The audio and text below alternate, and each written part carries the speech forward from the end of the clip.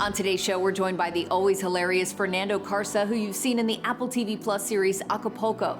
He's here to talk all about inclusivity and diversity in TV and film, sharing his journey as an immigrant and his always healthy obsession with Britney Spears, because let's face it, any obsession with Britney is a healthy one. We're all obsessed. This is Advocate Now.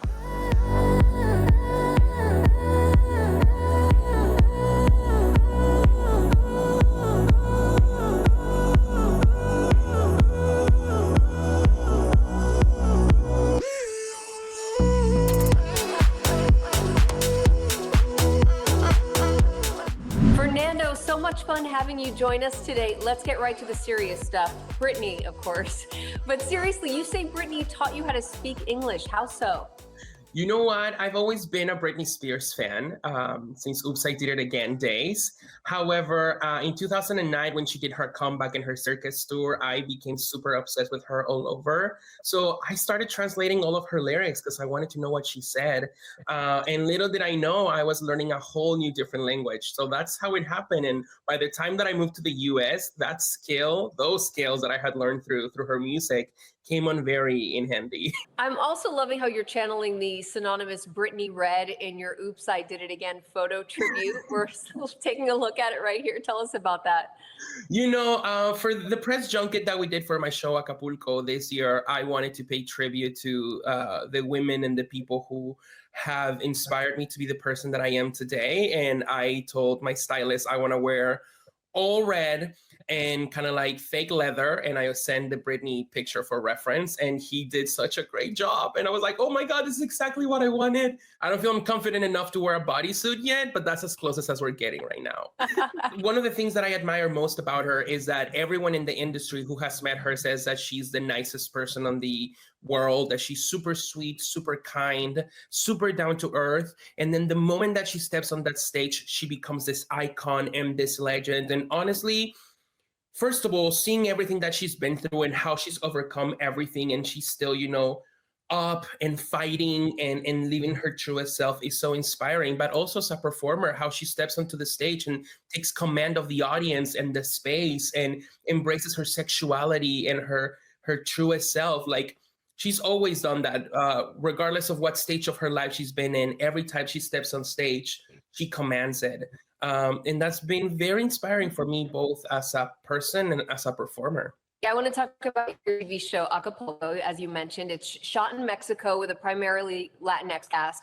So what does being an immigrant from Mexico and that diversity being represented on screen mean to you? Oh, it means everything. Unfortunately, over the last few years, Latinos and immigrants have been represented in such a negative light in media. Everything has to do with narcos and violence and crime. And I feel like we're finally coming over to a wave where we're putting a positive, beautiful light. And this show is an example of that. I'm excited for audiences to finally see who we truly are as a community. And the fact that we come into this country to fight and to make dreams come true. We're not trying to take opportunities from anyone. If anything, I feel like every immigrant in this country, regardless of where they come from, is what makes this country better. And I feel like the show is a good representation of that message. The laundry room? Entonces se supone que vamos a pasar San Valentín doblando sábanas de cajón? Estás muy enojado. Me encanta. And not only that, but we're seeing a lot of shows gain popularity that are not in the English language. And Acapulco is one of them that's partially in Spanish. So why is that important for inclusivity? Do you think these types of shows also are on the rise? It's so exciting to see that they are on the rise for sure. Someone who's constantly auditioning, you don't know how excited I get when I get the audition call and it's a bilingual show or it's a Latin character who can use his natural dialect. I mean, it is so important because Latinos and the Latinx community, we are such a big part of the population of this country and the world too. So I feel like our experience matters. We're part of the history of this country, of the growth of its economy, that it is time that we finally see ourselves represented on screen with an experience that is so close to our hearts. We might go to school and we might go to work and speak English, but then we come home to mom and dad and we speak in Spanish and we share everything that we've been through in Spanish. Like, it's a more common experience in this country than we actually realize it is. And that's why it's important to have it on screen. Absolutely. So what would you say are some Latinx, non-English language, or even bilingual shows that are breaking barriers that should be on our radar right now? You know, there's a show on HBO Max called Los Spookies, which is hilarious and it's really fun. It's really good. And I think it's also helping portray Latinos in a different light. The Gordita Chronicles, also on HBO. I'm really sad that it got canceled. Kind of very disappointed that it did, because I also thought it was pretty amazing to have a plus size Latina hero. I also, if we're looking for a show that it's all in Spanish, La Casa de las Flores or House of Flowers on Netflix as well.